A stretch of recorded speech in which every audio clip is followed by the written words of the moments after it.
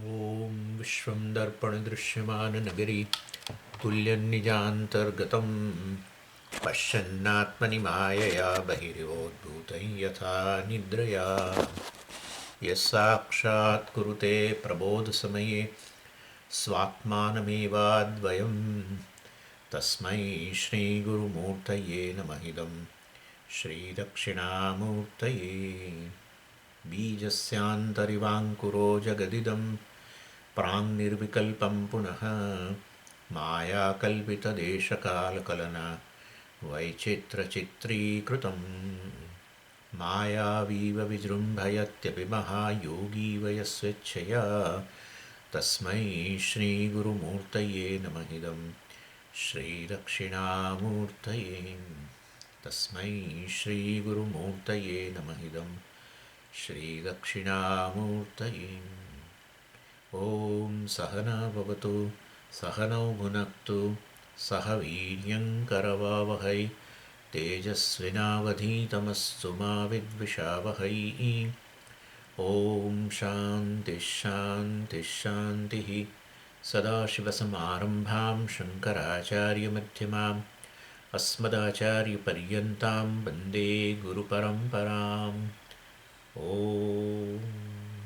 ॐ पार्थाय प्रतिबोधितां भगवता नारायणेन स्वयं व्यासेन ग्रथितां पुराणमुनिना मध्ये महाभारतम् अद्वैतामृतवर्षिणीं भगवतीम् अष्टादशाध्यायिनीम् अम्ब त्वामनुसन्दधामि भगवद्गीते भवद्वेषिणीम् यं ब्रह्मा वरुणेन्द्ररुद्रमरुतः स्तुन्वन्ति दिव्यैस्तवैः वेदैः साङ्गपदक्रमोपनिषदैः गायन्ति यं सामगाः ध्यानावस्थिततन्गतेन मनसा पश्यन्ति यं योगिनः यस्यान्तं न विदुःसुरासुरगणाः देवाय तस्मै नमः देवाय तस्मै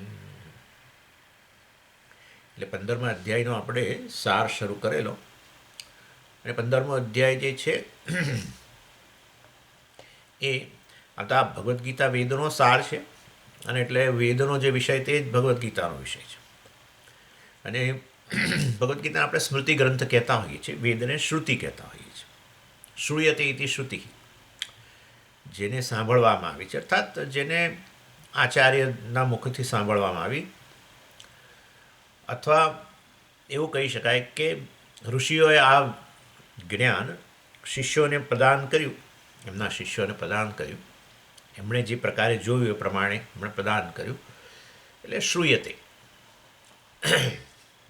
જે શબ્દના રૂપમાં શબ્દ પ્રમાણના રૂપમાં વગેરે અને સ્મૃતિ એટલે એ વેદની જે વિષય જે છે એને ભગવાને રજૂ કર્યું ભગવાને જાણે કે એ બધું ભણ્યા સાંદીપની મહાવિદ્યાલયમાં સાંદીપની આશ્રમ સાંદીપની ઋષિ પાસે ભણ્યા અને એ જાણે કે પ્રદાન કર્યું અર્જુનને ભગવાને એટલે ગુરુ શિષ્ય પરંપરા બતાવવા માટે ભગવાન જગતગુરુ પ્રથમ ગુરુ છે આમ તો પણ એની એટલે એ રીતે અને એના 3 ષટક જે છે પ્રથમ મધ્યમ અને અંતિમ ષટક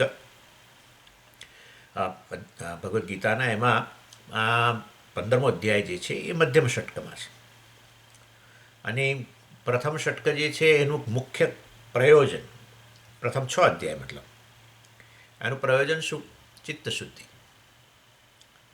રાગદ્વેષ વગેરે એમાંનો પ્રભાવ ઘટવો રાગદ્વેષ કે દૂર કરવાની જરૂર નથી હા શું કરવા જોઈએ રાગદ્વેષ જે છે અમુક વસ્તુઓ માટે અધર્મ માટે દ્વેષ છે સ્વામીજી એ દૂર કરી દઈએ એ દૂર કરવાનું ના હોય ધર્મ માટે મને પ્રેમ છે રાગ છે તો હવે તમે કહો રાગદ્વેષ દૂર કરો એટલે મારે તો હવે એ દૂર કરી દેવાનો ધર્મ માટેનો રાગ દૂર કરી દેવાનો અને અધર્મ માટેનો દ્વેષ દૂર કરી દેવાનો અધર્મ પ્રત્યે રાગ કરી દેવો જોઈએ અને ધર્મ પ્રત્યે મારે હવે દ્વેષ કરવો જોઈએ જ્યાં રાગ હોય ત્યાં દ્વેષ કરો દ્વેષ હોય ત્યાં રાગ કરો એવું કરવું પડે ના કશું નહીં રાગદ્વેષ કશી ખોટી વસ્તુ નથી આપણા ગુજરાતની અંદર હવે પેલું સિંગતેલમાં બનાવેલું જમે સાવજી એટલે આ ગુજરાતીઓને બધાને સિંગતેલમાં બનાવેલી વસ્તુ બહુ એમના પ્રત્યે રાગ તેમાં શું ખોટું છે પણ શું તકલીફ શું છે ભાઈ તમને શું તકલીફ? બીજા બિહાર વગેરેની અંદર સરસિયામાં બધું બનાવે, કે આપણે દક્ષિણ ભારતમાં કેરાલામાં બી એવી બધી જગ્યાએ કોપરેલમાંથી બનાવે, ઘણી જગ્યાએ તલના તેલમાંથી. તેમાં શું છે? સારું છે ને બધું. હા, એટલે કલ્ચરને કારણે આપણે જે પ્રકારે ઉછેરા હોય એ પ્રકારના અમુક રાગદ્વેષ હોય જ, અને કંઈ ખોટું જ નથી એની અંદર. ખાલી આ તો અમુક રાગદ્વેષ પૂરા ન થાય તો મારા મનની અંદર જે પછી તાણ ઉત્પન્ન કરે, ગુસ્સો ઉત્પન્ન કરે, બધી ઈર્ષ્યા તે બધું ઉત્પન્ન થાય, અસફળતાની લાગણી, ફ્રસ્ટ્રેશન, આ બધું આવે, એ એ એ રાગદ્વેષ એ પ્રકારે ન્યુસન્સ બને. એટલે પછી આપણે કહીએ કે ભાઈ રાગદ્વેષનો આપણા પર જે પ્રભુત્વ છે એ આપણે ઘટાડવું જોઈએ. બસ આટલું જ. રાગદ્વેષ દૂર ન કરી શકાય અને કરવાની જરૂર પણ નથી. એનું પ્રભુત્વ મતલબ કે પૂરા થાય ઠીક, ન થાય તો કંઈ બસ. એના માટે કંઈક અંશે જીવનમાં એને સ્વતંત્રતા કહેવાય, એને મોક્ષ કહેવાય, આંશિક મોક્ષ. રાગદ્વેષનો પ્રભાવ ઘટો. આપણી જે પસંદગી છે, આપણી પસંદગીમાં રાગદ્વેષ પોતાનો પ્રભાવ નાખે. પસંદગી રાગદ્વેષ પૂરા કરવા માટે જ, અને કર્મ પણ એને માટે પૂરા કરવા માટે જ નહીં. ના, એટલે પસંદગી ધર્મ માટે, બરાબર ને? પસંદગી ઈશ્વર માટે થઈ. ધર્મ ઈશ્વરનું રૂપ છે. પસંદગી ઈશ્વરને પસંદ કરે, જેમ અર્જુને કર્યું એવી રીતે. બીજી વસ્તુની પસંદગી ના કરી. મહારાજે કહ્યું કે હું તો શસ્ત્રય નહીં લઉં હાથમાં, હા, વિચારી લે. તારા યુદ્ધના કાળની અંદર એક વધારાની વ્યક્તિને જમાડવી પડશે. હું તો હાથમાં કશું લઈશ નહીં, તો તું મારી પસંદગી કરું જ. પણ એના કરતાં મારી આ સેના લઈ જા, યાદવ સેના લઈ જા, ફલાણો લઈ જા, ઢીકણો લઈ જા. ના, આપ મારા પક્ષે રહો, બસ પતી ગયું. પસંદગી ઈશ્વરની કરી તો પછી સાચા અર્થમાં વિજય થાય એવું છે. રાગદ્વેષને પસંદગી કરીએ તો જીવનમાં દુઃખી થવાનો વારો આવે, અને એ છે આ બધું નિષ્ફળતાની લાગણીને, અજંપો ને, આ ને તે ને, તાણ ને, પછી ગુસ્સો ને, ઈર્ષા ને, લોભ ને, તાણમાં જીવન જીવે. રાગદ્વેષની પસંદગી એટલે તાણની પસંદગી. ઈશ્વરની પસંદગી તો પછી જીવનમાં શાંતિની પસંદગી. શરૂમાં સંઘર્ષ થાય, એ તો થવાનો જ હોય ને. રાગદ્વેષનો પ્રભાવ ઘણો છે, એટલે એ યુદ્ધ, મહાભારતનું યુદ્ધ થાય. ધર્મની પસંદગી એટલે એ પાંડવો વર્સિસ કૌરવો જેવું જ છે. એ થોડોક પહેલાં શરૂમાં થાય, વિજય છેવટે એ આનો થાય. ધર્મનો વિજય થાય તો વ્યક્તિનો વિજય થાય, વ્યક્તિના જીવનનું કલ્યાણ થાય, બસ. ઈશ્વરની પસંદગી. આનું નામ ધાર્મિક વ્યક્તિ, જે પોતાની રોજની પ્રવૃત્તિમાં ઈશ્વરને આગળ રાખે, ઈશ્વરની સભાનતા જીવનમાં. ભક્ત એને જ કહેવાય જ્યારે જે સતત સમજી. આ ભક્ત કોને કહેવાય? જે ભગવાનથી સતત સભાન છે, ભગવાનની હાજરીથી જે સતત સભાન છે, એનું નામ ભક્ત. બીજું શું? તમારા જીવનની અંદર ઈશ્વરની સભાનતા હોવી, બસ. કે આ જગત ઈશ્વર છે, કે આ છે આપણો કર્મ, જે મારું સમર્પણ કરવું એ ઈશ્વરને સમર્પિત થાય છે. કર્મફળ જે મને જીવનમાં આવે છે એ ઈશ્વર જ મોકલે છે, બીજું કોઈ મોકલતું જ નથી, વગેરે. આ રીતે સતત ઈશ્વરની સભાનતા જીવનમાં હોય, તમારું જીવન બદલાઈ જાય. છેવટે શરૂમાં સંઘર્ષ થાય રાગદ્વેષને સાથે, કારણ કે એ તો જન્મથી છે ને બધા. ચાલો, એટલે ચિત્ત શુદ્ધિ, કર્મયોગ વગેરે.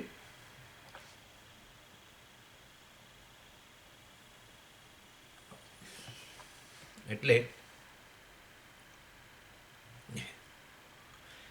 ઓકે, પછી આના 6 અધ્યાય જે છે એમાં ઈશ્વરની ઉપાસના, ધ્યાન, ભગવાનની વિભૂતિઓનું દર્શન, આંખો બંધ કરીને ભગવાનની વિભૂતિઓનું દર્શન કરવું. એના કારણે 2 રિઝલ્ટ. એક તો તમારું ચિત્ત જે છે એમાં સ્થિરતા આવે ધ્યાનને કારણે, અને ઈશ્વરનું ધ્યાન કરો છો માટે પુણ્ય વગેરે પણ, ઈશ્વરની કૃપા પ્રાપ્ત થાય, એના કારણે અવરોધો દૂર થાય. રાગદ્વેષ અવરોધો ગયા પછી આપણું મન ફરતું રહે, સતત ફરતું રહે. એટલે અહીંયા બેઠા હોઈએ, ક્લાસમાં એટેન્ડ કરવા બેઠા હોય, પણ આપણું મન ક્યાંય જતું હોય. રાગદ્વેષ ન હોય તો એવા વિષયોમાં જાય, ખાલી ભટકે, બસ. બહાર કશું જોયું નથી, રાગ કે નથી દ્વેષ, સમજો. બરાબર. તો કશું જ ક્લાસ ભરવા દાખલા તરીકે આવ્યા તમે, અને તમે રસ્તામાં બધું જોતા જોતા આવ્યા ખાલી. હવે ક્લાસમાં બેઠા તો એ પાછું યાદ આવે, એ યાદ આવે ઘડી ઘડી. કશું રાગ કે દ્વેષ નથી, પણ એમ જ. એટલે આ તો પછી એનો અર્થ એવું થયું કે ફોકસિંગ કેપેસિટી નથી આપણી. એટલે ધ્યાન, ઈશ્વરનું ધ્યાન, મેડિટેશન, જપ વગેરે, માનસ પૂજા, આ તે. ચાલો, એટલે એ 6 અધ્યાયમાં એ પણ મેં તમને વાત કરેલી ચિત્તની એકાગ્રતા, અને એ 6 અધ્યાયનો વિષય 7 થી 12. અને પછી છેલ્લા 6 અધ્યાય જે છે એ જ્ઞાનયોગ, ઉપનિષદ ગણો.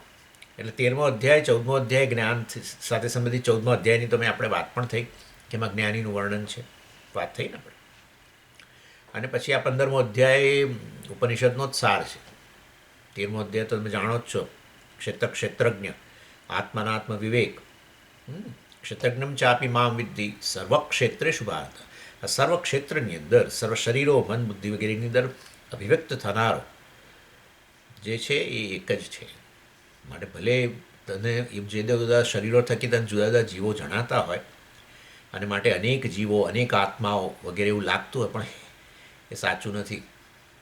બિલકુલ ખાલી વ્યવહારના સ્તરે ચલાવવું તો ચલાવો, બાકી અનેક જીવ નામની વસ્તુ જ નથી. એક જ આત્મા, એક જ બ્રહ્મ પરમાત્મા જ બધા શરીરો થકી વ્યક્ત બન્યો છે. અને પરમાત્મા હું જ છું. હા, માટે હું જ સર્વાત્મા છું. પરમાત્મા હોવાને કારણે હું સર્વાત્મા છું. જીવાત્મા હોવ તો હું સર્વાત્મા નથી. તો આ શરીર મન બુદ્ધિ સાથે તારા, પરંતુ એ તો અજ્ઞાનને કારણે આ હું આવો જીવ કહું છું. ખરેખર તો હું પરમાત્મા છું, પરમાત્મા રૂપે સર્વાત્મા છું. એક જ આત્મા સર્વ શરીરોમાં અભિવ્યક્ત થયો છે. ક્ષેત્રજ્ઞમ ચાપી મામ વિદ્ધિ, ક્ષેત્રને જાણનારો. આ જાણું જ છું ને, શરીર મન બુદ્ધિને જાણનારો હું. ભગવાન કે બધી ક્ષેત્ર જ હું છું, ને હું છું. એટલે તું વાસ્તવની અંદર તું ને હું બે જુદી વસ્તુઓ નથી, તે બે જુદી વ્યક્તિઓ, જુદા આત્મા નથી. જીવાત્મા જ પરમાત્મા છે. ચાલો, પછી એટલે 15મો અધ્યાય જે છે એ આ રીતે ઉપનિષદ. 16મો 17મો અધ્યાય જે છે એમાં ભગવાન આ જ્ઞાનની માટે તૈયારી શું કરવી જોઈએ એની વાત કરે છે. એમાં ભોજનથી માંડી બધું વાત તો કરે છે. સાત્વિક ભોજન કોને કહેવાય વગેરે વગેરે. કારણ કે સત્વની વૃદ્ધિ કરવાની છે ભાઈ. એટલે સત્વની વૃદ્ધિ માટે જે જે કરવું પડે કર, તો તને આ જ્ઞાન થાય. સત્વાત સંજાય તે જ્ઞાન. ચાલો, પછી આ 15મા અધ્યાય એટલે 16, 17 અને 18મો અધ્યાય તો ખાલી આખો પાછો ઉપસંહાર બધા આખા ભગવદ્ ગીતાનો. એટલે આ 15મો અધ્યાય છેવટે આ છેલ્લો અધ્યાય જ્ઞાન યોગનો ગણી શકો તમે એ રીતે. અને એનો વિષય પુરુષોત્તમ યોગ છે. એનું નામ યોગ એટલે વિષય, પુરુષોત્તમ જેનો વિષય છે. આ પુરુષોત્તમ મહિનાનો છેલ્લો દિવસ હતો કે શું હતું, એટલે જે હોય તે. એટલે પુરુષોત્તમ યોગ. ઉત્તમ પુરુષ, ઉત્તમ પુરુષ. ઉત્તમ પુરુષ કોણ છે? પરમાત્મા છે. હા, એટલે કે આત્મા, એટલે ઈશ્વર કે બ્રહ્મ કે આત્મા જે છે એને પુરુષોત્તમ કહેવાય. અને આમ 15મા અધ્યાય બહુ જાણીતો છે, લોકો પારાયણ કરતા હોય છે, અને આમ જમતા પહેલાં એનો પણ પાઠ કરતા હોય છે વગેરે વગેરે. હવે આ અધ્યાય જે છે એનામાં 3 મુખ્ય વિષયો છે. પહેલું છે સંસાર વર્ણન. એટલે સંસાર એટલે વાસ્તવમાં મનુષ્યના જીવનની સમસ્યા, મનુષ્યને જે કનડગત કરે, મનુષ્યને માટે જે દુખાવો, માથાનો દુખાવો, એનું નામ સંસાર. એટલે એ સંસારનું વર્ણન શા માટે વર્ણન કરે છે? ભાઈ કે જેથી વૈરાગ્ય જન્મે. સંસાર જન્મ્યો છે, સંસાર માટે જવાબદારી ઈશ્વર નથી, સંસાર માટે જવાબદાર તું. તું એટલે કોણ? તમે તો કહેતા હતા તું તો બ્રહ્મ છે. હા, પણ અજ્ઞાન ઉપાધિ વાળો છું ને. અજ્ઞાન નિવૃત્તિ થાય તો તું બ્રહ્મ છું, નહીં તો ક્યાં છે? તો અજ્ઞાનને કારણે પછી પરતંત્રતા, પરાધીનતા, અને એમાંથી પછી બધા રાગ દ્વેષ, હા ને તે, બરાબર છે. એટલે એ રીતે વાસ્તવમાં એવું જાણીએ કે સમસ્યાનું કારણ છેવટે અજ્ઞાન છે, ને એમાંથી જન્મતા રાગદ્વેષ, અને રાગદ્વેષની પૂર્તિ માટે બધી માથાકૂટો છે. તો પછી વાસ્તવમાં આપણને વૈરાગ્ય જન્મે વિષયો પ્રત્યે, કે ભાઈ વિષયોમાં પરાધીન થવાની જરૂર નથી. એ તો મૂર્ખામી છે. વિષયોની પરાધીનતા, એક બાજુ જીવનમાં ઈચ્છે સ્વતંત્રતા, અને બનીએ વિષયોને પરાધીન. સ્વતંત્રતા બનવા માટે બનીએ પરતંત્ર. ક્યારે મળે સ્વતંત્રતા? ક્યારેય ન મળે. હા, સ્વતંત્રતા માટે પરાધીનતા ના આવે ને. સ્વતંત્રતા જોઈતી હોય તો પરાધીનતા ના હોય. વિષયોની પરાધીનતા શેના માટે પણ તો બહુ હોય જ ને. હવે સ્વામીજી પરાંચી ખાની વ્યતૃણ સ્વયંભૂ, બધાને ભગવાને બહિર્મુક્તો બનાવ્યા છે, તો પછી અમે તો પરાધીન જ હોઈએ ને. આ એ ખરું, પણ પછી તમને આ બધું ભણવાની તક ને આ બધું એ આપ્યું છે ને, અને એને ભણવા માટે ક્ષમતા આપી છે, અને આ ભણવાનું પસંદ કરવાની એ પસંદગીની પણ આપી છે, ચોઈસ ફ્રીવિલ આપી છે કે નથી આપી, આપી છે ને. પુરુષાર્થ કરવાની યોગ્યતા આપી છે ને. તો પછી ન કરીએ તો પછી એમાં ભગવાનનો દોષ નથી. ભગવાને શાસ્ત્રો આપ્યા, બધું આપ્યું, પસંદગી આપી, મનુષ્ય શરીર આપ્યું, એ બધું એમાં આપ્યું, બધી ફેસિલિટી કરી આપી. જેમ પેલા બાળકને ભણવા માટે બધું કરી આપે ને મા બાપ બિચારા, એના માટે આ ગોઠવે ને તે ગોઠવે ને બધું કરે. તો કે તું અહીંયા જ બેસ, તું તારું ચિંતા ના કર, તું તારું હોમવર્ક અમે તને ઉપર નાસ્તો આપી જઈશું, આમ કરીશું, તને તારે દૂધ આપી જઈશું, આમ બધું કરે. તો પેલો બધી ફેસિલિટી ભોગવતા જે કરવું જોઈએ હોમવર્ક એ ના કરે. એનું નામ પ્રમાદ. મનુષ્ય પ્રમાદી છે. પ્રમાદમાંથી જાગે ત્યારે સમય ઘણો નીકળી ગયો છે. પછી ભગવાનને પ્રાર્થના કરી, પણ ભગવાન બિચારો કે સોરી ભાઈ, હવે બીજું કશું થઈ ન શકે અત્યારે, તો ભવિષ્યની વાત ભવિષ્યમાં જોઈશું, ઓકે એમ કહી દે. પછી બિચારો જાગવું, પ્રમાદમાંથી જાગવું, નિદ્રામાંથી જાગવું. નિદ્રા છે, નિદ્રા અને પ્રમાદથી યુક્ત છે મનુષ્ય. અનાદિ માયયા સુપ્ત યદા જીવ પ્રબુદ્ધતે. ગૌડપાદાચાર્યજીએ કહ્યું, અનાદિ માયા સુપ્ત, ક્યાં સુધી તું આ રીતે પરાધીન રહીશ? જેટલી પરાધીનતા એટલી લપડાક. જ્યાં જ્યાં પરાધીનતા ત્યાંથી લપડાક. આ સાદો નિયમ છે. માટે જીવનમાં સ્વતંત્ર બનવા માટેનો માર્ગ શાસ્ત્રો જે પ્રદાન કરે છે, એ માર્ગે ચાલવાનું શરૂ કર. ગંતવ્ય સ્થાન તો આવશે જ, કે યોગ્ય માર્ગ પર જઈશ તો ગંતવ્ય સ્થાને પહોંચવાનો જ છું. ખોટા માર્ગે જઈશ તો તારે જ્યાં જવું છે ડેસ્ટિનેશન પર તું ના પહોંચવું. એ પહેલાં હતું, હવે તું સુધરી ગયો છું. પરાધીનતા, બહિર્મુખતા એ ખોટો માર્ગ હતો. જીવના સુખી થવા માટે, સલામત બનવા માટે અને શાંતિ માટે બહિર્મુખતા તો નથી જ મળતી, જોઈએ જ છે આપણે. જીવન આખું જતું રહે. માટે આ જે તારે માટે અમૂલ્ય વસ્તુ છે, જેનું કોઈ મૂલ્ય નથી, એના મૂલ્ય કહેવાય. જેનું મૂલ્ય જ નથી, જેની કોઈ પ્રાઇઝ નથી, આ વસ્તુઓની કોઈ પ્રાઇઝ નથી. હા, આપણને એમ કે હવે પૈસા હોય ને સ્વામીજી તમે બધું કરી લઈશું. કશું ના કરી શકો. પૈસાથી પુસ્તક ખરીદી શકો, પુસ્તકનું રીડિંગ ના ખરીદી શકો, પુસ્તકની સમજ ન ખરીદી શકો. પૈસાથી તમે મોટો મજાનો રાજાશાહી પલંગ ખરીદી શકો, પણ એ પૈસાથી ઊંઘ ના ખરીદી શકો. ના, એ તો આવે તો આવે, ના આવે ગોળીઓ ખાવી પડે. કહેવાનો આશય એ છે કે લોકોને ગોળીઓ એટલા બધા ટેવાઈ જતા હોય છે કે પછી તો ગોળીઓની અસર બિચારાવાનું ઓછી થઈ જાય છે. આવું થાય છે. થોડાક વર્ષો થઈ જાય પછી તો એ કે સમય એવો ડોઝ વધારવો પડે નથી. હું કે પેલી એન્ઝાયટીને બધું પુષ્કળ રહેતું હોય છે ને. એટલે પૈસાથી બધું ના મળે. એટલે જીવનમાં અતિ મૂલ્યવાન વસ્તુઓ જે છે પ્રત્યેક મનુષ્ય માટે, આફ્રિકન હોય, ચાઇનીઝ હોય, ઇન્ડિયન હોય, બધા માટે જે અતિ મૂલ્યવાન વસ્તુ છે એનું મૂલ્ય જ નથી, એનું પ્રાઇઝ જ નથી. અને જે આ સુખ, શાંતિ અને આ સલામતી, પૈસાથી આ કંઈ ના મળે, એને ખરીદી નહીં શકાય. પૈસાથી સલામતીના કહેવાતા સાધનો ખરીદી શકાય, સલામતી ન ખરીદી શકાય. પૈસાથી બીજી બધી વસ્તુઓ ગોઠવી શકાય, પૈસાથી શાંતિ ના ખરીદી શકાય. પૈસાથી કહેવાતા સુખના સાધનો ખરીદી શકાય, કહેવાતા સુખ ના ખરીદી શકાય. પણ સુખના સાધનો આવે તો સુખ આવે જ નહીં. તો તમારો જ મારો બંનેનો અનુભવ છે. ભાઈ ઘણું ખરીદ્યું છે સુખના સાધનો, પણ સુખ નથી હોતું. તો એટલે એ કહેવાનો આશય આવું છે. મૂલ્ય, આ બધી સમજનું નામ વૈરાગ્ય. બસ બહારના વિષયોમાંથી એના વિષયોની પરતંત્રતામાંથી મુક્તિ માટે સંસારનું વર્ણન કરવું પડે, પરાધીનતાનું વર્ણન કરવું પડે, જેથી કરીને એમાંથી મુક્ત થઈ. એટલે પહેલું આ. બીજું છે મોક્ષ સાધન. એ સંસાર નિવૃત્તિ માટેના સાધનો કયા? એમ વૈરાગ્ય તો પ્રાપ્ત થયો, પણ અમારે સંસારમાંથી મુક્તિ જોઈએ છે. તો પછી સાધનો કહો. હવે ચાલો, વૈરાગ્યથી તમે અધિકારી બન્યા, પછી સાધન બીજું શું, એટલે જ્ઞાન વગેરે. પછી ત્રીજું છે ઈશ્વરનું સ્વરૂપ, એ ટૉપિક છે અહીંયા. અને એ ઈશ્વરનું સ્વરૂપનું પણ ભગવાન અહીંયા ચર્ચા કરે છે, સગુણ અને નિર્ગુણ વગેરે. પરાપ્રકૃતિ જેને આપણે કહીએ તે વ્યવહારિક અને પારમાર્થિક વગેરે. ચાલો હવે દરેકે દરેક ટૉપિકમાં આપણે ઉતરવું પડશે ને. પહેલું છે સંસાર વર્ણન. સંસારનું વર્ણન જે છે એમાં ભગવાન બહુ સરસ, બહુ સુંદર રીતે કરે છે. દરેક વખતે જુદું જુદું કરે તો આપણને ગમે, એ તો આપણે બોર થઈ જઈએ. ક્યાં તો સવાર પડે છે ને આ આવીને બસ આ જ વાતો કરે છે, સવાર પડે છે ને આવીને આ જ વાતો કરે, સાંજ પડે આ જ આવીને વાતો કરે છે ઇન્ડિયા માટે, સાંજ પડે આ જ આવીને આખો દાડો સંસારની વાતો. એટલે પછી જરા જુદી રીતે. એટલે પછી આ વૃક્ષની વાત કરી. ભગવાન કહે છે જો આ સંસાર છે ને એક વૃક્ષ જેવું છે. અશ્વત્થમેનમ સુવિરૂઢ મૂલમ. અશ્વત્થ વૃક્ષ છે. અને કેવું છે? ઊર્ધ્વમૂલમ ઊર્ધ્વમૂળ છે, એનું મૂળ ઉપર છે, ઊંધું છે.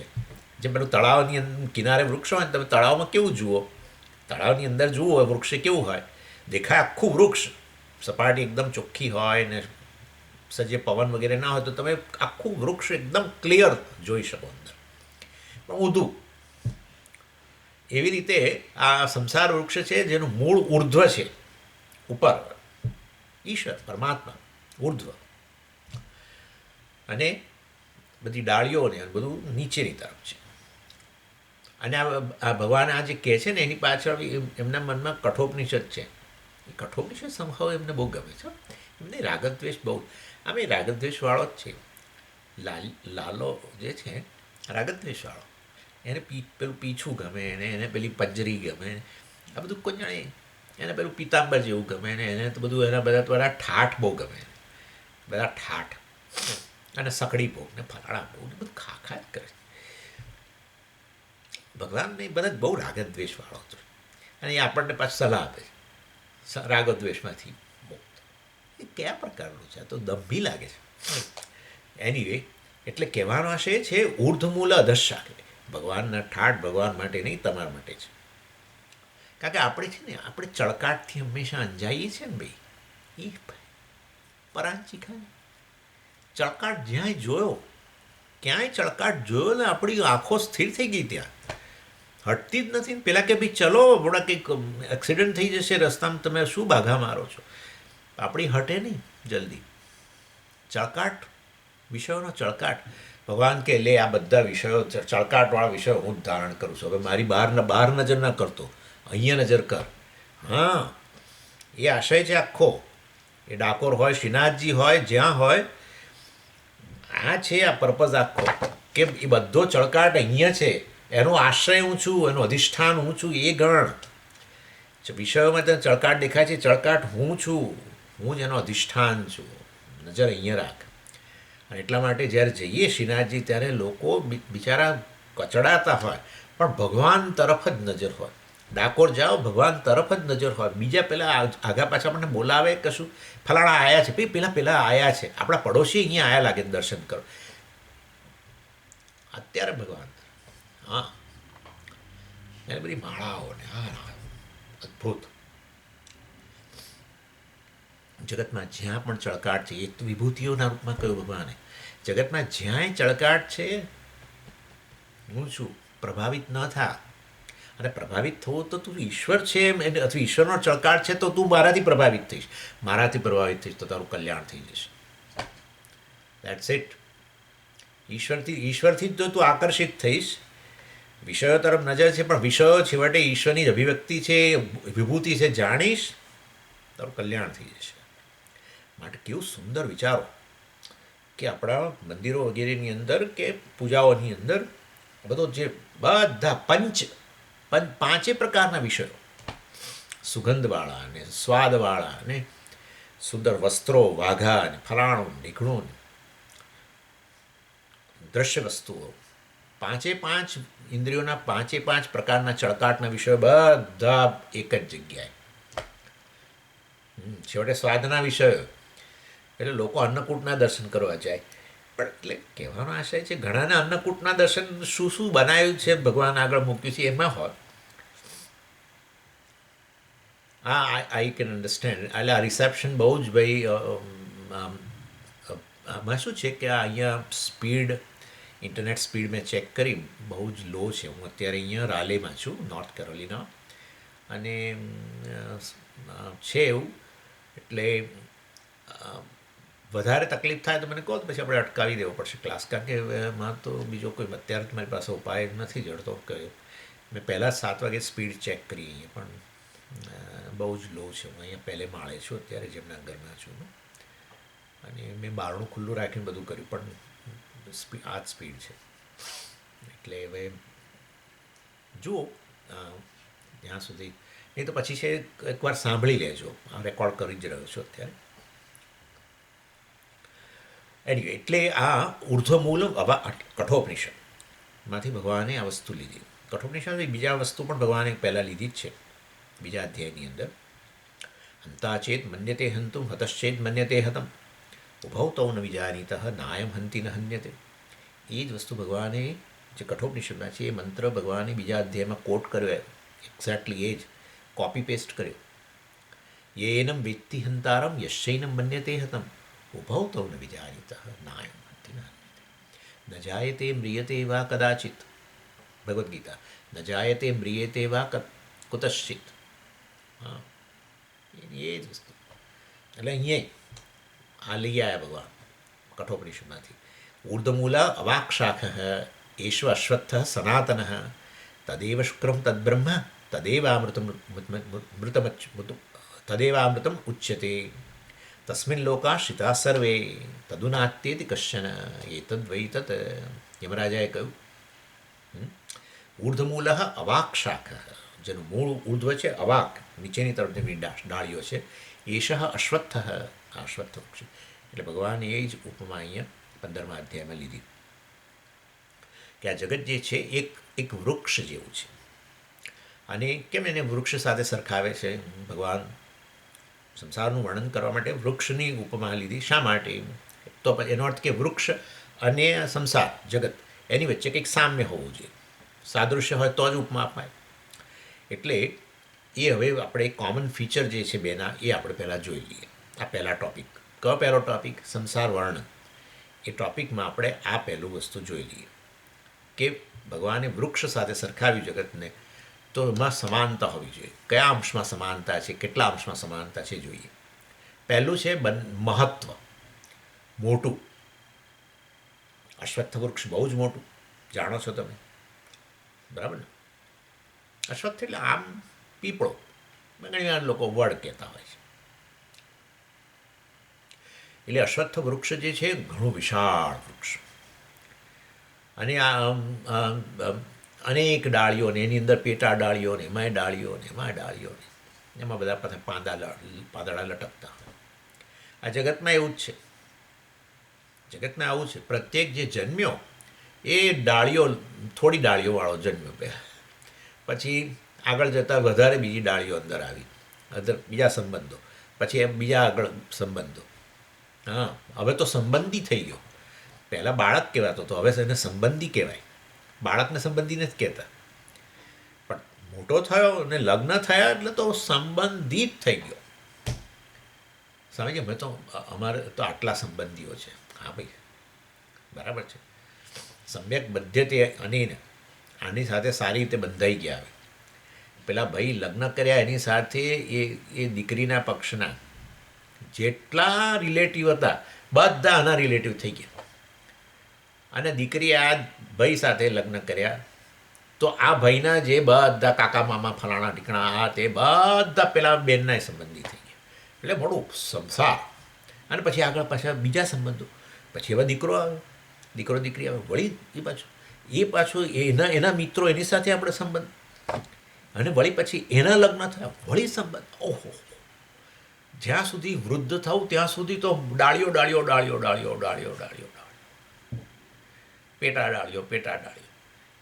જન્મ્યો ત્યારે કશું એક મા બાપ, બસ એટલો સંબંધ ખાવ. અને બહુ તો ભાઈ બેન હોય તો કેટલું નાનું. જન્મે વૃક્ષ ત્યારે કેવું હોય ને, એક બે નાની ડાળીઓ હોય બસ, પછી બધું. એટલી એ દૃષ્ટિ સમાનતા. અને આ બધા સંબંધીઓને બંધુ આપણે સંસ્કૃતમાં બંધુ કહે. બધનાતી ઇતિ બંધુ. આમ તો એવું કહે છે ખરેખર, જે તમને બાંધે એના એટલે એવું આપણે ન જાણવું છે. એટલે પણ થાય છે ખરું, અસર થાય. તમે જુઓ, એ પેલી છેલ્લી ડાળીને હલાવો ને, એ છેલ્લી ડાળીમાં પેટા ડાળીથી પેટા ડાળી છેલ્લી ડાળીને આમાં કરો ને તો છેક સુધીનું આખું હાલે. એવું છે. એટલે આપણા કોઈ આપણા સંબંધી બંધુ હોય ક્યાંક માડાગાસ્કરમાં કે સાઉથ આફ્રિકામાં, એમને કશું થાય તો આપણે 15,000 કિલોમીટર દૂર બેઠા હોય તો આપણને ત્યાં અસર થાય. પેલા ત્યાં એમને જે અસર થઈ એવી અહીંયા અસર થાય. પેલા માદા પડે હોસ્પિટલમાં દાખલ કર્યા હોય અને એ તો બિચારા એમને દુઃખ શોક થઈ રહ્યો હોય, આપણને અહીંયા થાય. એટલે જોયું તમે. એટલે આ રીતે અસર માટે બધા બંધુ કહેવાય. એટલે અશ્વત્થ આ રીતે મહત્વ એટલે બહુ મોટું વૃક્ષ, આવી રીતે ડાળીઓ વગેરે પેટા ડાળીઓ. એવી રીતે આ સંસાર વૃક્ષ પણ બહુ જ મોટું. બીજું, આદિ અંતરહિતત્વ. હા, આ સંસાર જે છે એનો તમે કોઈ દિવસ આદિ, એની શરૂઆત અને એનો અંત ક્યાંય ન જોઈ શકો. આપણે શા માટે અહીંયા જન્મ્યા એનો સમાધાન નથી મળતું. લોકો આવું બહુ વિચારતા હોય છે. પણ સમજીએ, આપણો જન્મ કેમ થયો, અથવા આપણો જન્મ અહીંયા કેમ થયો, ફલાણું કેમ થયું, આવું સમજી જન્મ્યા ખરા. પણ મને ભગવાને સ્ત્રી કેમ બનાવી અને મને પુરુષ કેમ બનાવ્યો. પુરુષો જનરલી નથી બહુ બોલતા, કારણ કે એમને મજા જ, કારણ કે ખાટલેથી પાટલેથી ખાટલે જ ચાલતું હોય છે. એમને તો બહુ તકલીફ નથી. પેલા બહેનોને બિચારાને ગરમીમાં રાંધવાનું અને પેલા કશું ના મળે તો બૂમો પાડે. અરે ભાઈ શોધી લો ને. ના, એ એમની ફરજ છે. મારી ફરજ ખાલી પૈસા કમાવાની છે, આ એમની ફરજ છે. એટલે એક શર્ટ ન મળે, ફલાણું ન મળે, પોતાના ચશ્મા ન મળે તો બૂમા બૂમ કરી ક્યાં છે જનરલી જડે નહીં એ લોકોને. આ પુરુષોને કોઈ વસ્તુ જડે જ નહીં. તકલીફ બહુ પુષ્કળ પરાધીન. એનીવે ચાલો, પરંતુ કહેવાનો હશે પુરુષોની સરખામણીમાં બહેનોને થોડું બિચારાઓને થોડી અસલામતી પણ વધારે લાગે. એકદમ ક્યાં જવું, આવું નવી જગ્યાએ જવું, આ તે અજાણી જગ્યાએ જવું, તો ભાઈ પુરુષો સાથે જોઈએ આ તે. ચાલો, એટલે એની રીતે કદાચ આવું થાય, બહેનોને એવું થાય કે ભગવાન આપણને સ્ત્રી દેહ કેમ આપ્યો, આવો તો પ્રશ્ન ઊભો થાય. તમને બહુ સાચું કહું તો આનું મૂળ જ નથી. કેમ મૂળ? આ જન્મ મળ્યો તો પછી વાસ્તવમાં મૂળ તો હોય જ ને. અને તમે તો કહો છો કર્મ પર. હા, પણ એ કર્મ ક્યારે કર્યા તમે? એ કર્મ શું તમે શરીર વગર કર્યા? આ શરીર ન મળે તો કયા કર્મો? એટલે ભૂતકાળના કર્મોને લીધે આ જન્મ મળ્યો સમજો, પણ ભૂતકાળના કર્મો કરવા માટે શરીર મળ્યું જશે ને. તો એ શરીર શેના આધારે મળ્યું હતું? એટલે હવે ક્યાં જઈને ઊભા રહેશો? અનાદિ. એના એટલે શું સાચું કહું તમને, અનાદિ અર્થાત કે એનો આદિ નથી શોધી શકતા, માટે શું? મિથ્યા છે. મિથ્યા. જેની ખરેખર શરૂઆત મળી જાય, જેનું મૂળ મળી જાય. હા જુઓ, જન્મનું કારણ આ છે, જન્મ માટે આ જવાબદાર છે, અહીંથી શરૂઆત થઈ જન્મની, જીવની. તો વાસ્તવની અંદર તો પછી જીવ સાચે સાચ જીવ નામની વસ્તુ થઈ ગઈ. પણ જીવના જન્મનું કારણ અજ્ઞાન છે, જે પોતે જ અનિર્વચનીય છે. હા, અનિર્વચનીય છે, મિથ્યા છે. માટે જીવ પણ જ મિથ્યા છે. માટે જીવ જન્મ્યો આ ને તે જન્મ ન મળે. એટલે પહેલું શરીર ક્યાંથી પ્રાપ્ત થયું એનો આન્સર જોવા જાવ તો ન મળે. અનાદિ. એ ક્યાં કહ્યું ભગવાને? ન રૂપમસ્યેહ તથોપલભ્યતે નાંતો ન ચ આદિ ન અંતઃ ન ચ આદિ. બરાબર ને? એટલે જન્મન કારણ કર્મન કારણ જન્મન કારણ કર્મન કારણ જન્મ. સાયકલ. એનો ક્યાંય અંત નથી દેખાતો ને ક્યાંયની શરૂઆત. સર્કલ દોરો ને, સર્કલની અંદર આપણે દોરીએ ત્યારે એવું લાગે કે અહીંથી શરૂઆત કરી, આ પોઈન્ટથી શરૂ કરીને આમ ગોળ દોર્યું. પણ તમને એકવાર ગોળ દોરાઈ ગયેલું હોય પછી તમે ન શોધી શકો. બરાબર? એટલે અહીં તો ગોળ પહેલેથી જ આપી જ દીધું છે, સંસાર ચક્ર આપી જ દીધું છે. એટલે તમે ગમે એટલું કરો એ ક્યાંથી એનો સ્ટાર્ટિંગ પોઈન્ટ ને ક્યાં એનો એન્ડ ને કશું ના મળે. એટલે આપણે સંસારને શું કહેતા હોય છે? કે આ તો જગત ચક્ર, સંસાર ચક્ર. આવું જ કહીએ આપણે, સૃષ્ટિ ચક્ર. હા, એટલે એનો અર્થ કે પડવાનું નહીં આ બધામાં, બહુ અતિશય લાગણીશીલ નહીં બની જવું. જન્મ મળ્યો અને આમ જન્મ મૃત્યુ વચ્ચે એનું આમ નથી, બધું સપાટી પર. હા, અતિશય બહુ લાગણીશીલ નહીં બની જવું, આવું છે. એટલે ભગવાને સંસારમાંથી છોડાવે છે ને આપણને, કહે છે કે જો ભાઈ આ તો સંસાર તો આવો છે, જન્મ ને મરણ ને આ ને તે. લોકો તો જન્મ મરણ વચ્ચેનું બધી વસ્તુઓને જન્મ માટે ને કેટલું કરતા હોય છે એની વિચારો. અને આના માટે હંમેશા શેનું ઉદાહરણ અપાય છે તમે જાણો છો? ઉદાહરણ શેનું અપાય છે? આ પેલું બીજ અને વૃક્ષ. બીજ એ જન્મ કહેવાય, બીજ એ કર્મ કહેવાય, વૃક્ષ એ જન્મ કહીએ, બરાબર? બીજમાંથી જન્મ, વૃક્ષ. બીજ એને કર્મ કહેવાય અને એમાંથી જન્મ મળે, જેમ વૃક્ષ જન્મે એવી રીતે. અને એમાં પહેલું શું? બીજ પહેલું કે વૃક્ષ? અંકુર પહેલો. અંકુર બીજ વગર ના આવે, બીજ વૃક્ષ કે અંકુર વગર ના આવે, બરાબર? અંકુર જ વૃક્ષ થયું ને એમાં પછી બીજ થાય ને એમાંથી પછી, એટલે પહેલું શું પણ એવું છે, અનાદિ અંત વગરનું છે, એવું છે.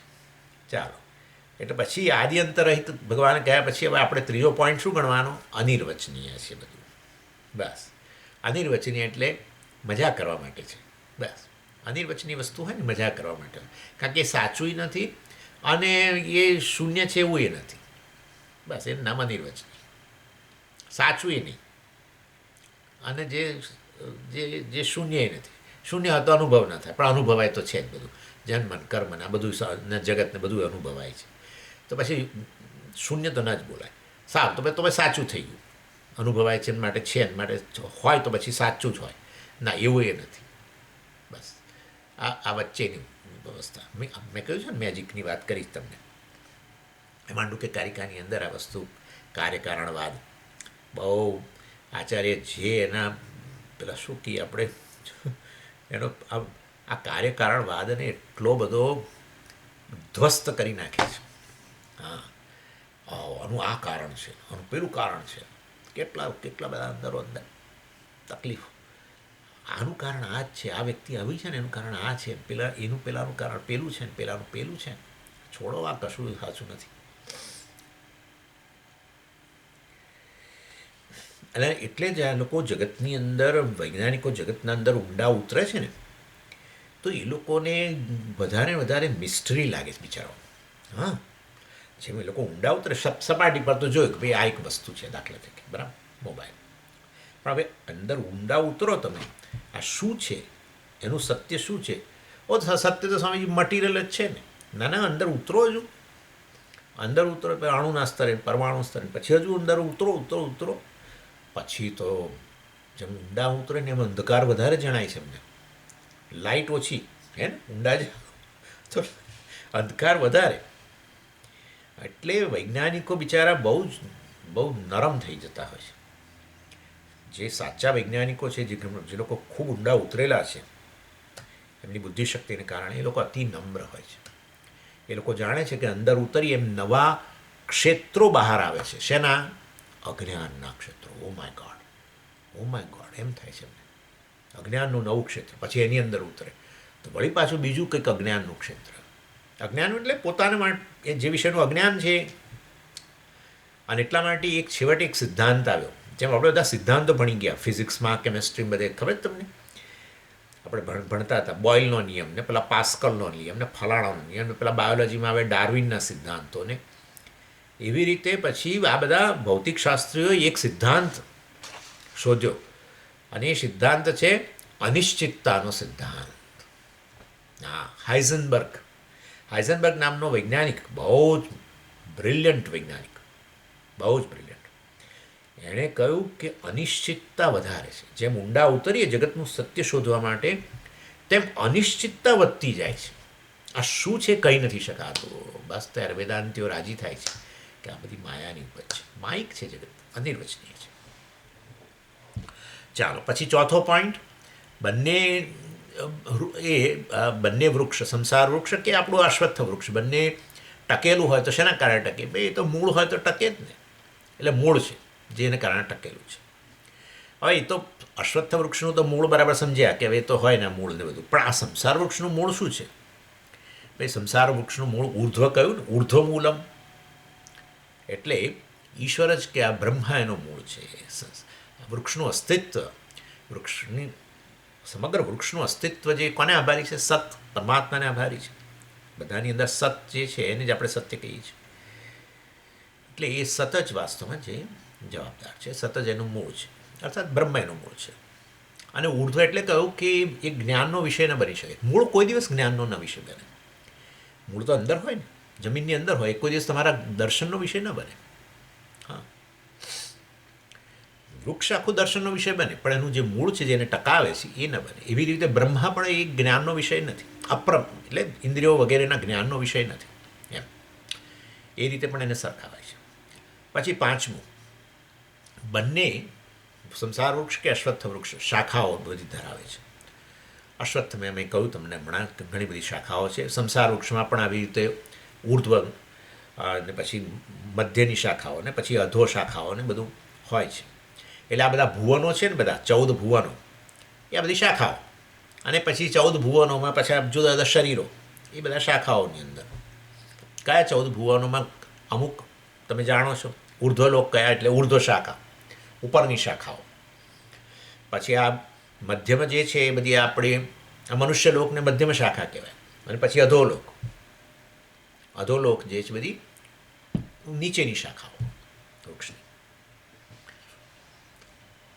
પુણ્યેન પુણ્યમ લોકમ ભવતી, પાપેન પાપમ ઉભાભ્યામ એવ મનુષ્ય લોકમ. બૃહદારણ્યક ઉપનિષદમાં કહ્યું પુણ્યેન પુણ્યમ લોકમ ભવતી. પુણ્યને કારણે ઉર્ધ્વયોની પ્રાપ્ત થાય, એની અર્થાત ઉપરની ડાળીઓ, અને અંદર દેવતા શરીરો વગેરે. પછી પાપેન પાપમ, પાપ વગેરેને કારણે અધોયોની પ્રાપ્ત થાય, નીચેની શાખાઓ. અને ઉભાભ્યામ, પુણ્ય પાપનું મિશ્રણ હોય તો કેવું? મનુષ્ય લોકમ, મનુષ્ય લોક પ્રાપ્ત થાય. અને એ વસ્તુ ભગવાન અહીંયા કઈ અધશ્ચોર્ધ્વમ પ્રસુતાસ તસ્ય શાખા, અધઃ ઉર્ધ્વમ પ્રસુતા, ફેલાયેલી, અધઃ નીચેની, ઉપરની, એ રીતે ભગવાને આ સંસાર વૃક્ષની શાખાઓ બતાવી. પછી છઠ્ઠો પોઈન્ટ છે ફલવત્વમ. આ વૃક્ષ પર અનેક પ્રકારના બધા ફળ લાગેલા છે. સંસાર વૃક્ષ છે પણ બધા અનેક ફળની ઉત્પત્તિ કરે છે. જેમ અશ્વત્થ વૃક્ષમાં એના ટેટાઓ વગેરે હોય કે જે કોઈ ફળ હોય એ ઉત્પન્ન થાય, વૃક્ષ ઉત્પન્ન કરે ફળ. એવી રીતે આ સંસાર વૃક્ષ પણ અનેક ફળ ઉત્પન્ન કરે છે. ખાટા મીઠા, હે ને, ખાટા મીઠા અને કડવાય ખરા બધું. અનિષ્ટમ ઇષ્ટમ મિશ્રમ છે ત્રિવિધ કર્મણમ ફલમ. 18મા અધ્યાયમાં ભગવાન કહેવાના છે. અનિષ્ટમ ઇષ્ટમ મિશ્રમ. અનિષ્ટમ કડવું, પછી ઇષ્ટમ મધુર, અને મિશ્રમ. ઘણી વાર હોય તમે ફ્રૂટ ખાઓ તો એક ભાગ, હવે આ તમારે અત્યારે કેરીની સિઝન છે, તમે ઘણી વાર ખાઓ તો ઉપરથી ગળી, પણ ગોટલા તરફ જેમ ગયા, ઓહો ચીચુડો છે એમ કે પછી ચીચુડો, ઓકે ચીચુડો. ઘણી વાર તો એક જ ફળની અંદર એક ભાગ ગળ્યો ને બીજો ખાટો હોય, આવું બધું થાય છે. સારું છે, નહીં તો આપણે તો કડવું નીકળે ક્યારેક, કશું નીકળી શકે ખબર નથી. પરંતુ ભગવાન કહે છે આ રીતે અનિષ્ટ ઇષ્ટ મિશ્ર બે ત્રિવિધ કર્મણમ ફલમ. આ સંસાર વૃક્ષના 3 પ્રકારના ફળ છે. ચાલો 7મું આગળ. હવે જ્યારે બધા ફળ ઉપલબ્ધ હોય તો પછી શું થવાનું? વૃક્ષ ફળથી લદાયેલું હોય તો શું થાય? પક્ષીઓ આવે. હા, પક્ષીઓ તરત જ આવે અને તે બધા પછી ગોઠવાઈ જાય. કોઈક ઉપરની ડાળીઓ પર બેસી જાય ને કોઈક નીચેની ડાળીઓમાં, કોઈ મધ્યમ ડાળીઓની અંદર બેસે. અને હવે તમે જાણો છો ઉપરની ડાળીઓમાં કોણ બેસે? તો ઉર્ધ્વલોકવાળા. આ તો એમને તો બધા ઈષ્ટ ફળ મળે ને, સરસ મજાના સંગીત ને અપ્સરાઓ સંગીત પીરસે ને ઇમ્પોર્ટેડ ગાડીઓની અંદર ઇન્દ્રના પેલેસમાં આવે બધા મ્યુઝિકલ પ્રોગ્રામ માટે. ઇમ્પોર્ટેડ ક્વાર્ટર્સ મળેલા હોય બધાને. ઇમ્પોર્ટેડ બધું આપણે તો માટે ઇમ્પોર્ટેડ કહેવાય ને, સારા સારા ક્વાર્ટર્સ. એમાં પછી તારતમ્ય હોય બધું. હા, તારતમ્ય હોય. એટલે આપણને જે મળ્યું હોય આપણને એમ કે ભગવાને આપણને કેવું સરસ એપાર્ટમેન્ટ આપ્યું અને એના લોકમાં આપણને બોલાયા ને હવે બધું આ બધું સંગીત પીરસાશે ને જો બહાર ઇમ્પોર્ટેડ ગાડી ઊભી હોય ને હા હા હા પછી ખબર પડી કે પછી આપણને થયું કે મારા મારા પડોશી કોણ છે એ જરા જોઉં કારણ કે હવે આજે તો લાંબો સમય રહેવાનું છે સ્વર્ગમાં એટલે લાંબો સમય રહેવાનું તો પડોશી કોણ તે પડોશીને જોવા નજર કરી અને ત્યાં બેભાન થઈ ગયા હે પડોશીને જોઈને બેભાન થઈ ગયા કેમ ત્યાં પડોશી બીજું કોઈ જ નહોતું એ તો દિલ્હીમાં પેલું ફટફટ રિક્ષાવાળો જે હતો એ દિલ્હીમાં જે બહુ ખરાબ રીતે ડ્રાઈવ કરે અને બધા નિયમોનો ભંગ કરે એને સ્વર્ગની અંદર અને આપણા પડોશી તરીકે સ્થાન અને પાછું મેં નજર કરી તો ખબર પડી કે મારા કરતાં એનું ક્વાર્ટર થોડુંક મોટું છે અને એને અંદર ફેસિલિટી પણ છે બધી એને બધું ફર્નિચર આપ્યું છે આપણને થયું મેં આખી જિંદગી ભગવાનનું નામ લીધું અને તોય અને આ માણસે આટલું બધું ખરાબ કાર્ય કર્યા બધા લોકોને કેટલાને કચડ્યા હશે એણે તો હાથ પગ ભાગ્યા કચડ્યા તો છોટા હાથ પગ તો ભાગી નાખ્યા હશે કેટલાય એણે અને બધા નિયમોનું ઉલ્લંઘન કર્યું એને ભગવાને અહીંયા ને એ હારો પક્ષપાતી જ છે ભગવાને પક્ષપાતી જ છે એને કંઈક લાલચ આપી હશે એણે હા કંઈક લાંચ આપી હશે લાલચ કરતાં લાંચ આપી છે એટલે એને અહીંયા આપી દીધું પછી ભગવાન પાસે આપણે તો જઈએ જ આમે આપણે ફરિયાદ કરવા માટે તો ટેવાયેલા જ હતા એટલે ત્યાં પહોંચી ગયા મને શું આપ્યું છે એની વાત જવા દેતું પહેલાંને તે આ કેમ આપ્યું બસ એ પૂછવા માટે ગયા ભગવાન કહે છે કે તે તો મારું નામ લીધું બરાબર છે જિંદગી એટલે તને આપ્યું પણ એણે કેટલાય નહીં હજારોને મારું નામ લેતા કર્યા છે માટે મેં એને આપ્યું છે કારણ કે પેલો આવતો હોય સામેથી અને આપણે આમ એકદમ જ સહેજમાં બચી જઈને ખસી ગયા તરત કે હે રામ બચી ગયો ઓ ભગવાન તે મને બચાવી લીધું ઓ ભગવાન તે મને બચાવી લીધું આવી રીતે હજારો લોકોને એણે મારું નામ લેતા કર્યા માટે એને તારા કરતાં થોડું સારું ક્વાર્ટર મેં આપ્યું બરાબર છે એટલે આ મારા પૂજ્ય સ્વામીજી આવો જોક કહેતા ઇન શોર્ટ કહેવાનો આશય છે ઉર્ધ્વલોકની અંદર મીઠા ફળ ઉર્ધ્વ ડાળીઓ પર જે પક્ષીઓ આવે દેવતાઓ એ જીવો બધા એમને મીઠા ફળ અને પછી મધ્યમાં હોય એ લોકોને મધ્યમાં આપણા જેવા મનુષ્ય લોક એમને ખાટું ખરું ગળ્યું ખરું સફરજન એકનો એક ભાગ ખાટો અને બીજો ભાગ ગળ્યો કદાચ એવું એ હોય કેળા વસ્તુ ખાટી હોય છે હા કેળા ખાટા નહીં ખાટા એટલે થોડી ખટાશ લાગે તમને એટલે આપણે જે ફળો ખાઈએ છીએ ને એમાં બધું આવું મિશ્ર છે અને અધોલોકની અંદર તો બધાને બિચારા હે તમે જાણો છો આ ગરમીની અંદર તમે જ વિચારતા હશો તમે બપોરે બારીમાંથી એમ બહાર જુઓ તમને થાય કે આવી ગરમીમાં કોણ બહાર ફરતો પણ પેલા કૂતરા ને બિલાડા ને બધા પક્ષીઓ ને બધા ક્યાં જાય એ લોકો કે આપણા બધા બધી ગાયો આપણે તો રસ્તામાં ફરતી હોય ને બધું એમ જ શું કરે એમને કોણ એર કન્ડિશનર મૂકી આપે કશું નહીં એટલે અને બધું મચ્છરો કરડે ને આ કરડે ને આપણે તો મચ્છરને આપણને ભગવાન હાથ આપે છે આમ મારી દે ગાયને કશું નહીં એ બિચારું પૂછડું આમ તેમ કર્યા કરે આમ આમ કરે અધોયોની અંદર કેવા ફળ બધા કડવા ફળ એવું ઉર્ધ્વમ ગચ્છન્તિ સત્વસ્થાઃ મધ્યે તિષ્ઠન્તિ રાજસાઃ જગન્ય ગુણવૃત્તિસ્થાઃ અધો ગચ્છન્તિ તામસાઃ 14મા અધ્યાયમાં આવી ગયું એટલે ઉર્ધ્વમ ગચ્છન્તિ સત્વસ્થાઃ ઉર્ધ્વમ ગચ્છન્તિ વગેરે સારી યોની મળે સારા કર્મો સત્વ વગેરેની વૃદ્ધિને કારણે ચાલો એનીવે એટલે આ રીતે જુદા જુદા પક્ષીઓ જુદા જુદા આ સંસાર વૃક્ષની અંદર ફળો ખાય છે બરાબર છે અને જેવું ફળ ખાય એને અનુરૂપ પછી અવાજ કરે મીઠું ફળ મળ્યું હોય તો શું કરે જાણે ખુશી વ્યક્ત કરે અને આવું ખરાબ ફળ મળ્યું હોય તો પછી રડે અને તમે જુઓ છો હે બંને પ્રકારની વસ્તુ જોવા મળે છે પણ અમે ક્યાં દેવતાઓને જોવા ગયા બોલ આપણે મનુષ્ય લોકમાં ગણી લેવાનું ઘણીવાર તમે જુઓ છો આપણા જીવનની અંદર સારા ફળો મળે સારી પરિસ્થિતિઓ આવે તો આપણે શું કરતા હોઈએ છીએ આનંદ અવાજ જ કરીએ અને ખરાબ ફળ મળે તો અવાજ જ કરીએ આપણે તો રડીએ ને આ કરીએ ને બૂમો પાડીએ એટલે એવી રીતે તમે જુઓ તો પક્ષીઓ પણ એ જ કરે છે. પક્ષીઓ ડાળીઓ પર આવીને બેસે, પછી એટલો અવાજ કરે કે ના પૂછો વાત. એવી જ રીતે આ બધા પક્ષીઓ, આપણે બધા જીવો જે પ્રકારના ફળ મળે એને અનુરૂપ આપણે અવાજો કરતા હોઈએ છીએ. આ સંસાર વૃક્ષને ગજવીએ છીએ આપણે. ક્યાંય સ્વામીજી, ક્યાંય શાંતિ નથી. તમે હોસ્પિટલ તરફ ગયા અને તો ત્યાં જોઈને તમે દુઃખી થઈ જઈએ ને આપણે. અને કોઈ જગ્યાએ આવું સરસ ફંક્શન હોય, મ્યુઝિકલ પ્રોગ્રામ હોય કે કોઈકનું આવું કંઈક પ્રોગ્રામ ચાલતો હોય, કલ્ચરલ પ્રોગ્રામ હોય, ભરતનાટ્યમના આનું, તો ત્યાં બધા હસાહસ ને કોઈ જોકનો પેલો કાર્યક્રમ આવે છે ને, હાસ્ય દરબાર હોય, તો ત્યાં હા ચાલતું હોય. અને ત્યાંથી થોડે દૂર, માઇલ દૂર કદાચ કંઈક બીજું પ્રકારનું આ બધું કંઈક રડારોળ ચાલતી હોય, કોઈકનું ના કોઈ મરણ પામ્યું આ હોય. એટલે આ બધું આ વૃક્ષ પર બધા પક્ષીઓ અવાજ કરે છે, કોઈક ખુશીનો, કોઈક એનો. એટલે આ રીતે આ 7મો પોઈન્ટ એનો.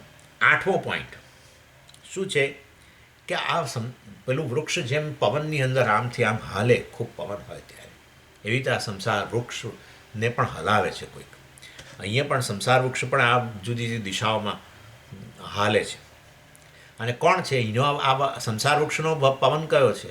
પેલામાં તો પવન આપણે જાણીએ છીએ કે એ તો હાલે પવનને કારણે, પણ અહીંનો પવન કયો સંસાર વૃક્ષનો? અશ્વત્થ વૃક્ષને હલાવે એ તો પેલો આપણો સામાન્ય પવન, બરાબર, વાયુ. પણ અહીંયા કર્મ જે છે, જીવોના જે કર્મ છે, જેને કારણે લોકો એક જન્મથી બીજા જન્મમાં જાય છે, એને કારણે વાસ્તવની અંદર એક જગ્યાએથી બીજી જગ્યાએ, એક યોનિથી બીજી યોની, આમ તેમ એ રીતે આ સંસાર વૃક્ષ સતત હાલી રહ્યું છે.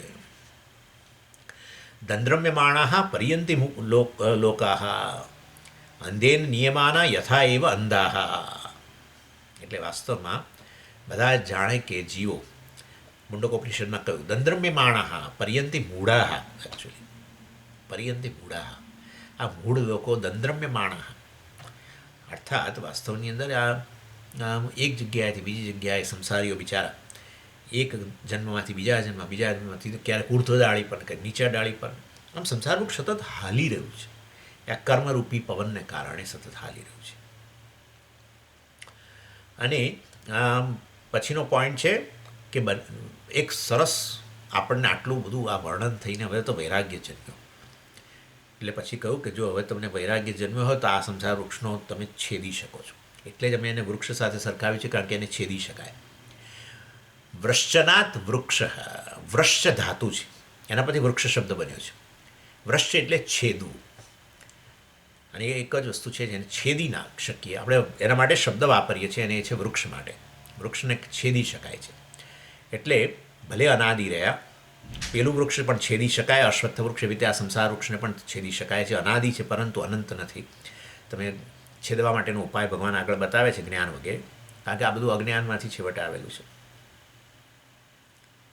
તમે કહો છો આમ અજ્ઞાનમાંથી આવ્યું છે, અને આમ તમે કહો છો બ્રહ્મ એનો મૂળ છે. હા, સંસાર વૃક્ષનું અસ્તિત્વ બ્રહ્મને કારણે છે, પરંતુ વાસ્તવની અંદર એ બ્રહ્મ જે માયા સહિતનું છે એમાંથી આવ્યું છે ને, અજ્ઞાન સહિતનું. અને માટે જે જીવો છે એ બધા માયાથી પરિમોહિત થયેલા છે, ને એના કારણે એ સંસારનો અનુભવ કરી રહ્યા છે. એટલે પણ એ જીવો એને વૃક્ષને છેદી શકે છે. અને પછી આગળનો પોઈન્ટ છે, જે નંબર આવતો હોય કે આ વૃક્ષમાં જેમ પેલા અશ્વત્થ વૃક્ષમાં અનેક બધા પર્ણ હોય છે જે આ વૃક્ષને ટકાવે, એવું કહેવાય છે. પર્ણને કારણે જ વૃક્ષ ટકે છે, કારણ કે પેલું પર્ણ બધા જે હોય, પાંદડા હોય, ખોરાક બનાવે ને, ક્લોરોફિલ વગેરે હોય એની અંદર, ને એના કારણે પછી પ્રકાશની હાજરીમાં આપણે ભણેલા છીએ, એ વૃક્ષ માટે ખોરાક તૈયાર કરે. જો પાંદડા ખરી જાય તો પછી વૃક્ષ બચી ન શકે. એવી ને એવી રીતે વાસ્તવની અંદર આ સંસાર વૃક્ષના પણ પર્ણો છે. કયા છે? છંદાંસી યસ્ય પર્ણાની, ભગવાને કહ્યું. છંદ એટલે તો વેદ. વેદ પર્ણ છે આના. ઓહ, વેદ પર્ણ છે, વેદ વૃક્ષને ટકાવે છે, સંસાર વૃક્ષને. હા, એટલે વેદ તો કેવી રીતે ટકાવે? વેદમાં તો તમારું વૃક્ષને છેદન કરવાની જ્ઞાન રહેલું છે. ઉપનિષદ ના ભાઈ, કર્મકાંડમાં રહેલા બધા કર્મો જે છે એ કર્મો જ વાસ્તવને કારણે, એ કર્મો કરીને લોકો વિવિધ પ્રકારના જન્મો પ્રાપ્ત કરે ને આ રીતે ઉર્ધ્વ યોનિને. વગેરે વગેરે. અને એ કર્મને કારણે વાસ્તવની અંદર વૃક્ષ ટકેલું છે. કારણ કે પછી કર્મને ફળ ભોગવા માટે પુનર્જન્મ હોય ને વળી પછી એ પુનર્જન્મ અને ભોગવાઈ ગયા પછી વળી પાછા અધોયોનીમાં, અધો એટલે મનુષ્યોનીમાં આવે, વળી પાછા એમાંથી કંઈ આ કર્મ કરે ને વળી એ પ્રોપર હોય તો વળી સારો દેહ મળે ને ઉર્ધ્વ, અને ન કરે તો અધોદોહે મળે બધું. ઇન શોર્ટ કહેવાનો આશય છે કે કર્મને કારણે, કર્મ પાછળ પાછું એ રાગ દ્વેષ, પોતાની ઈચ્છાઓ પૂરી કરવાની અપેક્ષા. આ શબ્દ બહુ સારો છે. હવે મેં આ શરૂ કર્યું છે. રાગદ્વેષ આવે ને એટલે આપણે તરત જ આપણે કાન બંધ કરીએ. એ પાછું શરૂ કર્યું હાલો કે એ રાગદ્વેષની વાત કાઢી એટલે આમ કરીને બંધ કરીએ આપણે. એટલે હવે રાગદ્વેષ નહીં, હવે અપેક્ષાઓ. શબ્દ મારા તરફથી અપેક્ષાઓ પૂરી કરવા માટે જ છે બધું. અપેક્ષાઓ જ સંસાર ટકાવે. એ ગમે તે અપેક્ષા હોય, સારા દેહ, સારો જન્મની ભવિષ્યમાં અપેક્ષા હોય, સારું અત્યારે આ જન્મમાં સારું કંઈક મેળવવાની અપેક્ષા હોય, કે લોકોની વર્તણૂક બદલવાની અપેક્ષા હોય, દરેકને પોતાના જેવો બનાવવાની અપેક્ષા હોય, જે હોય તે સંસાર ટકે છે એનાથી. એના માટે જ કર્મ કરી. કેટલું કરે, પેલાને સમજાવે, તું આ બરાબર નથી, તું પેલો નથી ને તું આમ, અને કેટલાય સામ દામ દંડ ભેદ બધું અપનાવીએ આપણે. આપણને લાગે કે આ વ્યક્તિ મારી દૃષ્ટિ યોગ્ય નથી, એટલે આપણે એને બદલવાનો, મચડવાનો પ્રયત્ન કરવાના જ છીએ. આપણે સ્વીકારી શકીએ જ નહીં કે આ વ્યક્તિ આવું હોઈ શકે, આપણે સ્વીકારવા તૈયાર જ નથી. એટલે આપણે કંઈક તો કરીએ જ, અને એમાં ન બદલાય તો મુશ્કેલીના પાર નહીં. વ્યક્તિ ન બદલાયો તો આવી બન્યું. આપણને અંદરથી બહુ થાય. ઇન શોર્ટ, અપેક્ષાઓ પૂરી કરવી, એના માટે આશરો લો કર્મનો, જે પ્રકારના કર્મ. ઘણીવાર એવું હોય કે આપણી સ્થિતિ સારી ન હોય ને યોગ્ય ન હોય તો આપણે એને બદલવા માટે કંઈક સારા બીજા કર્મ, હવે યજ્ઞ કર્મ પણ કરીએ ને આ તે બધું. ચાલ, પણ એટલે પુનરપી જનનમ પુનરપી મરણમ પુનરપી, હા એટલા માટે કહ્યું પુનરપી જનનમ પુનરપી મરણમ. આચાર્યએ કહ્યું. એટલે વાસ્તવમાં છેદવું એટલે શું? ન કર્મણા ન પ્રજયા ધને ન ત્યાગે નૈકે અમૃતત્વમાનશુ પરેણ નાકમ નિહિતમ ગુહાયામ વિભ્રાજતે યદ્યતયો વિશંતિ વેદાંત વિજ્ઞાન સુનિશ્ચિતાર્થા સંન્યાસ યોગાદ્યતય શુદ્ધ. ન કર્મણા ન પ્રજયા ન ધનેન ત્યાગેન. શેનો ત્યાગ? શેનો ત્યાગ? તમે કે તમારે જેમ બધું છોડીને બેસી જઈએ? ના ના ના ના. રાગદ્વેષ, અજ્ઞાનનો ત્યાગ, રાગદ્વેષનો ત્યાગ, બસ એની વાત કરે છે ભગવાન. એને સંસાર, એને સંન્યાસ કહેવાય. જે વ્યક્તિ રાગદ્વેષની નિવૃત્તિ તરફ આગળ વધ્યો છે, અથવા તો જે રાગદ્વેષ નિવૃત્ત થઈ ગયા પછી જ્ઞાનના માર્ગે આગળ વધ્યો, એને સંન્યાસી કહો છે ભગવાન. નહીં કે આવો વેશ. વેશ તો જાણે કંઈક ફેસિલિટી છે.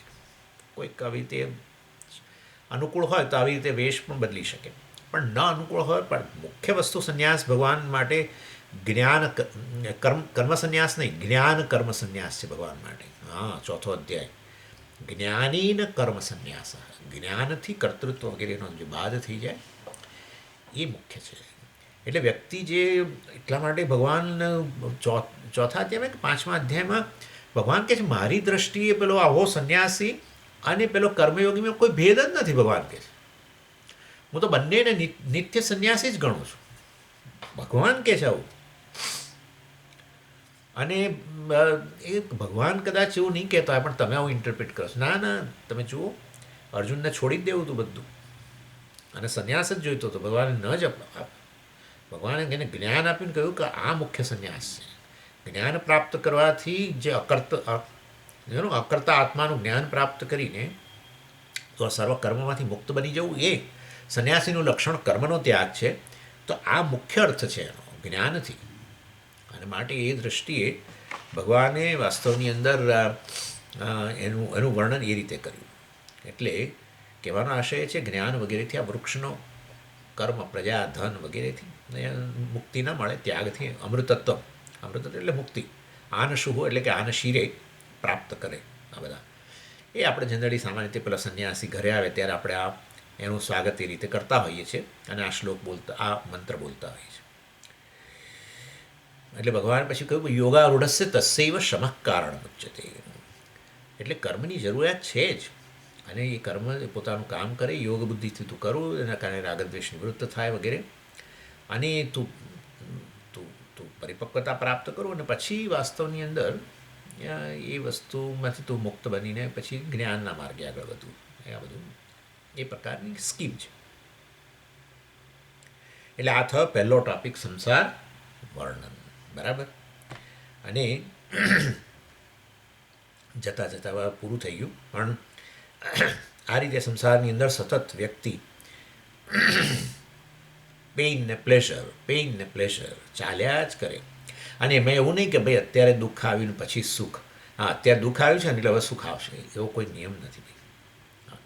ક્રોનોલોજીકલ ઓર્ડર નથી અહીંયા. એવું કે ક્રમ નહીં એવો. અત્યારે શું છે તમારા જીવનમાં? દુઃખ. બસ તો હવે સુખ આવશે. અત્યારે શું છે? સુખ. તો દુઃખ આવવાનું જ છે. હવે કોઈ નિયમ નથી. આ બધું ભગવાને કહ્યું કર્મણી એવ તવ અધિકાર મા ફલેશુ. ફળ વિષયની અંદર તું ભાઈ તારે જે તારી અપેક્ષા રાખ, પણ અપેક્ષા પૂરી કરવી ના કરવી એ તો મારા હાથમાં છે. અર્થાત તારી અપેક્ષા મુજબ તને લાગતું હોય કે આ જ આવવું જોઈએ તો બરાબર છે તારા રાગદ્વેષને અનુરૂપ, પરંતુ જે આવે એનો તું સ્વીકાર કરતો થા, રાગદ્વેષમાંથી મુક્ત થા. હું તને મોકલું છું આ બધી પરિસ્થિતિઓ. હું જ ઇનફેક્ટ પરિસ્થિતિના રૂપમાં છું. એ તો પ્રસાદ જ છે. હું મોકલું એ પ્રસાદ કહેવાય. ઈશ્વર તરફથી આવે એ વસ્તુનો પ્રસાદ કહેવાય. માટે થોડી પ્રસન્નતા સહિત જીવનમાં એ વસ્તુને સ્વીકાર. દ્વંદ્વ વગેરે આવે આ તે બધું. અને માટે આ રીતે એમાં કોઈ નિયમ નહીં. સુખ સુખ સુખ અને પછી દુઃખ દુઃખ દુઃખે આવે ને, કાં તો દુઃખ દુઃખ દુઃખ દુઃખ દુઃખ દુઃખ દુઃખ પછી સુખે આવે વળી પાછું દુઃખ દુઃખ, આવું બધું ચાલતું રહે. એટલે આમાંથી મુક્ત થવા માટે ભગવાન કહે છે તું પ્રયત્ન કર અને એનું સાધન વગેરે હું તમને જણાવીશ. અને એ સાધનોની આપણે ચર્ચા આવતા સોમવાર કરીશું. ઓમ પૂર્ણમદ પૂર્ણમિદમ પૂર્ણાત પૂર્ણમુદચ્યતે પૂર્ણસ્ય પૂર્ણમાદાય પૂર્ણમેવાવશિષ્યતે. ઓમ શાંતિ શાંતિ શાંતિ. હરિ ઓમ શ્રી ગુરુભ્યો નમઃ. હરિ ઓમ.